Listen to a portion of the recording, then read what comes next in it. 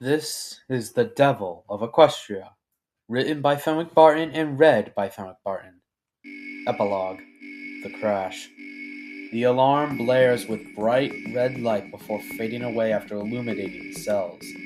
As the prisoners all scramble and shove for escape, one no older than 19 remains on the seat connected to the wall. He watches as the prisoners all scramble for release from the cell. However, unlike them, the young man actually has a plan. He positions his cuffed hands to avoid poking himself on the thin metal needle he had snuck into his right glove and pushes the lock. As he does, the needle pushes out of his glove. He grips the needle in his left hand and begins to use it to pick the lock on his right cuff. With a click, the cuff is removed. As he stands, he grips the other cuff and rips it off. As the cuff falls with a thud, no prisoner looks back, too busy with trying to escape to notice. As the young man puts the needle on the chair, he looks at the wall and sees what he'd been hoping for. The vent's electrical security system had been deactivated due to the emergency. As the young boy looks at the vent, he steadies his gaze and turns to the opposite wall. Flexing his hands, minor claws appear out of the top of his gloves. As he grips the wall, he kicks his heels together to engage the sharp claws from them as well. The boy proceeds to climb until he is slightly above the vent. He grips the back of his boot and removes it. With a steady aim, he throws it and it hits the vent, causing it to knock inward and the boot to land on the solid hull of it. The boy readies himself, not a lick of fear in his eyes, and leaps. He lands with a minor thud, slowly moving himself into a minor crouch as he grabs his boot and puts it back on. As he taps his heels, the claws at his feet disappear, and he begins to traverse the vent. He sees the sights of soldiers to the Zanskar Empire running amok in the chaos, and some trying but failing to stand without hugging the walls. He continues past the chaos. No time to enjoy the chaos later, Aaron. You need to focus, the young man says to himself. As Aaron moves through the vent, he finds what he has been looking for. The hangar bay. Aaron spoke to himself, a small smile across his lips. He moves his body to kick the vent, and it immediately comes off the top hinges as the force of his foot hits it. And as it hangs from the wall, Aaron hops from the ledge and begins to wander, and finds what he is looking for. The 19-meter mobile suit, with white paint and small bits of red and yellow here and there, blue armor on the shoulders, and a massive spike on its back pointed downwards, and a glorious golden yellow V-fin on the head that almost looks like horns or even a crown. Its long arms had claws at the end, altogether giving the massive machine a bestial-like appearance when it was standing still. But if you asked a soldier who had saw this machine in action, they would tell you one thing: demon. This thing was a demon. Fitting, considering its name. This mobile suit had brought fear to all soldiers against it with the mention of its name: the Barbatos Lupus Rex, or just the Barbatos for short. But it was better known as a Gundam. Aaron looks at the side of the giant machine and sees a box. He wanders over, and with a little work with his claws, he finally manages to pry it open, grabbing the bag and cooler box, and he climbs the side of the mobile suit with one hand and makes it to the chest. As he holds his palm over the chest, a cockpit opens as he throws the cooler to the side of the seat and puts the bag on the other side space, and climbs in and shuts the cockpit door. He buckles and readies for the inevitable crash. As Twilight looks through the telescope at the stars, Spike, her little dragon brother, walks behind her in his pajamas. As he says to his equine sister Twilight, "Twilight, go to bed. You need to rest for tomorrow, remember?" Twilight releases the telescope from her hands and turns around with a light smile and says, "Why now, Spike? We'll in a moment. Just let me get this done first, okay?" Spike looks and says, "Okay, night, Twilight." Twilight watches the young dragon boy walk away and chuckles before saying, "Good night, Spike." As Twilight turns back to the stars, not using her telescope this time, she sees a shooting star.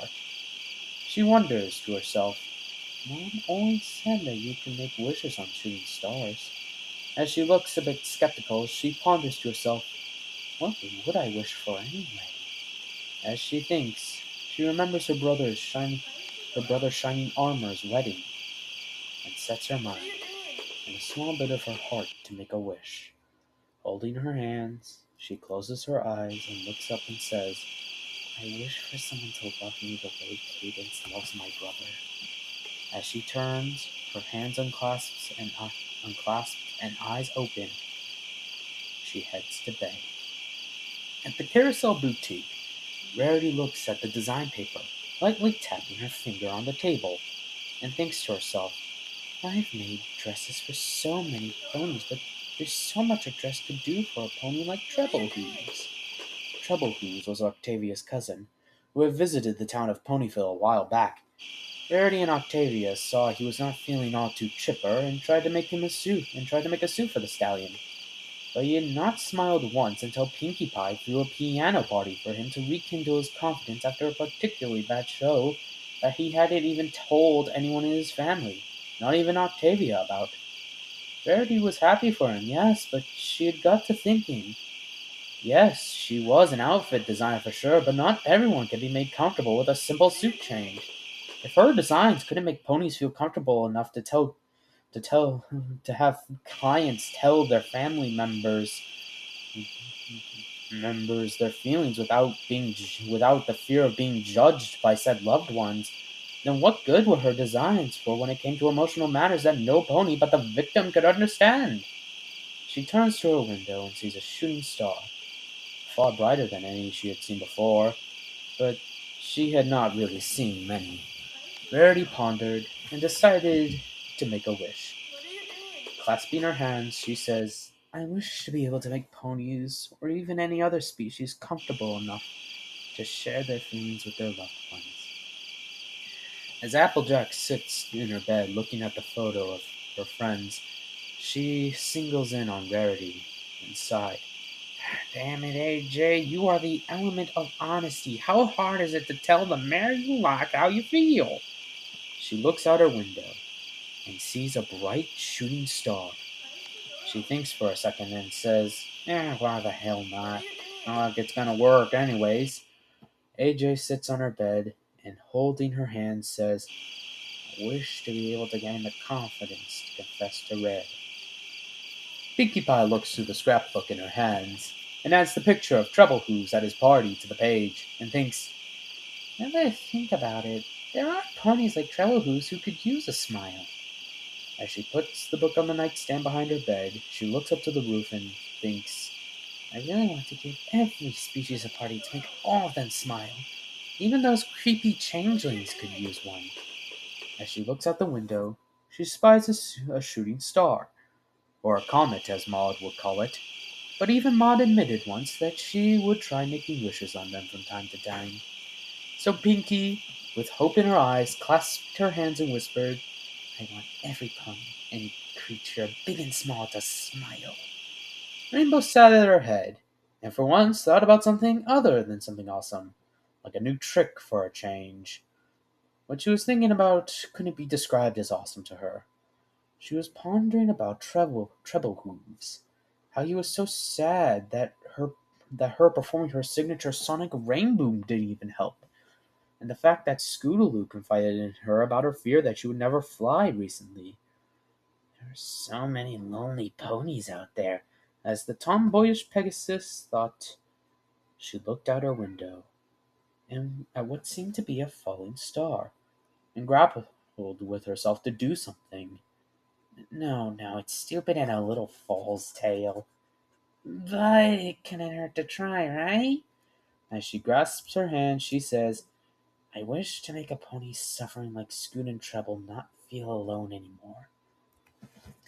Fluttershy put a blanket on the small family of mice that were sleeping in the small bed she had made for them, and begins to remember how brave the young child was, and with taking their flu shot, that is. It made her think about how some ponies and animals didn't even have families or homes to go to.